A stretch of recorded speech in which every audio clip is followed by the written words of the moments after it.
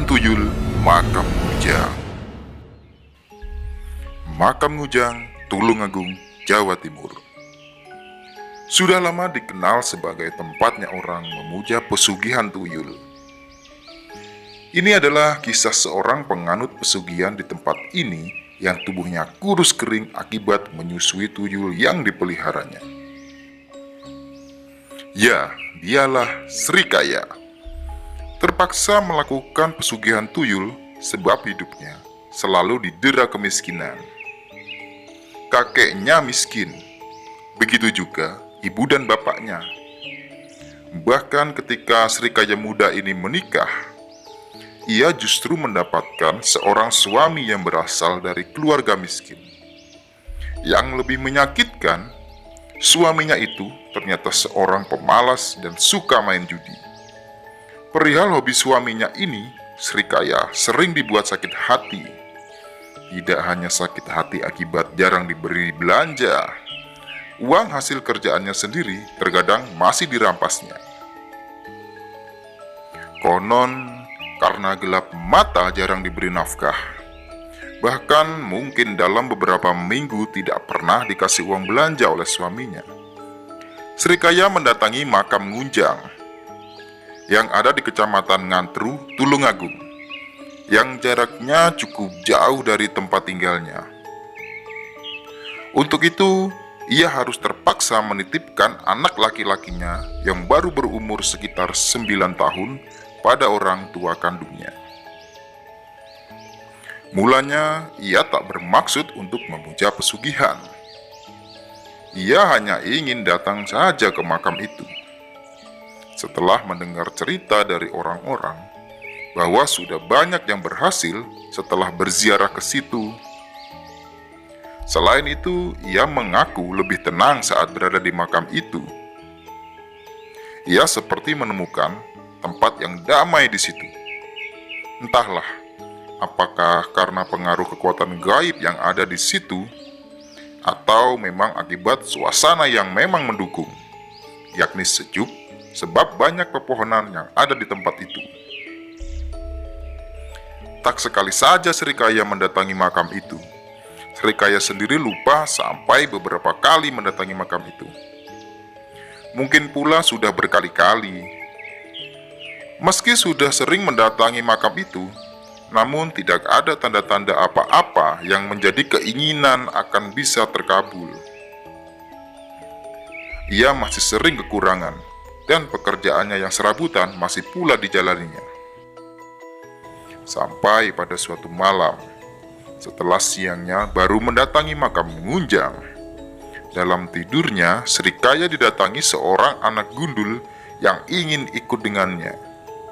Karena merasa kasihan, Sri Kaya akhirnya menuruti keinginan anak kecil yang berkepala pelontos itu. Namun di tengah jalan, bocah itu minta air susunya. Sri Kaya mengiyakan begitu saja. Tapi saat bocah itu menyedot air susunya, bocah tersebut seperti tidak ada habis-habisnya meminumnya. Karena merasa sakit, Sri Kaya akhirnya terbangun dari tidurnya. Sri Kaya yang kaget sebab mimpi itu seperti nyata. Mimpi itu katanya jelas sekali. Sampai-sampai ia gemeteran dan tubuhnya berkeringat. Dan keadaannya berantakan seperti orang yang memang baru saja menyusui anaknya. Besoknya, Sri Kaya kembali bermimpi. Tapi kali ini mimpinya didahului dengan menyusui anak kandungnya sendiri. Tapi saat itu, tiba-tiba ada bocah lain yang ingin menyusu kepadanya. Berkali-kali Sri Kaya mimpi seperti itu. Sampai akhirnya ia sendiri yakin jika ada makhluk lain yang mengikutinya, yakni makhluk gaib kecil yang bertelanjang dan kepala pelontos yang mungkin sejenis tuyul. Jika sebelumnya bocah gundul itu datang seperti dalam mimpi, kali ini Sri Kaya mengaku melihat dengan jelas kelebatannya. Bahkan terkadang ia seperti mengintip atau memperhatikan Srikaya. Ia seperti tahu dan mendengarkan apa yang diucapkan Srikaya.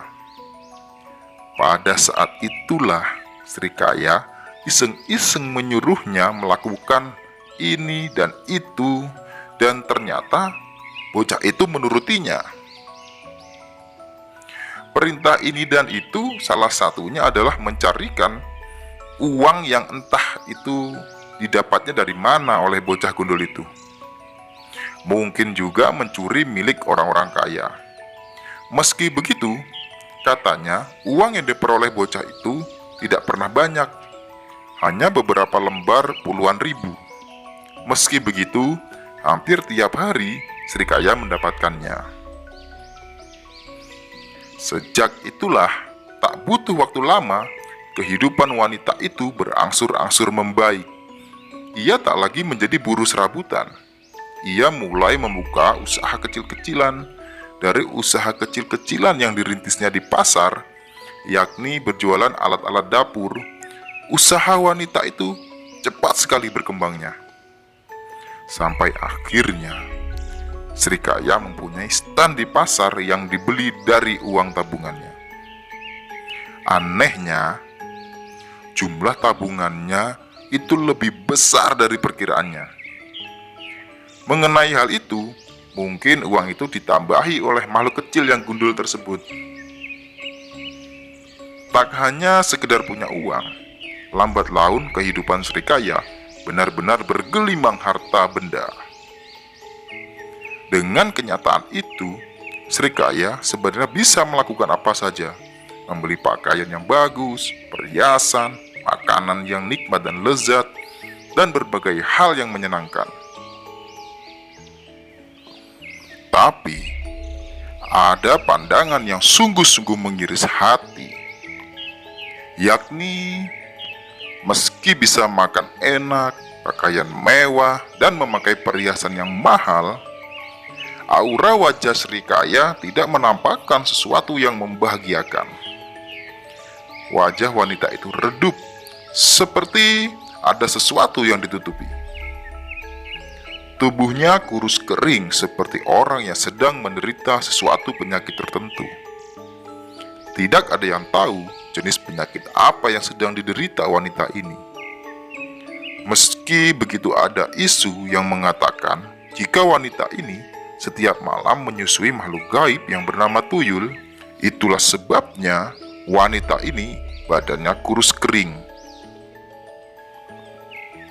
10 tahun berikutnya, setelah Srikaya mendapatkan kenyataan seperti yang menjadi keinginannya, cobaan itu mulai datang menerpa.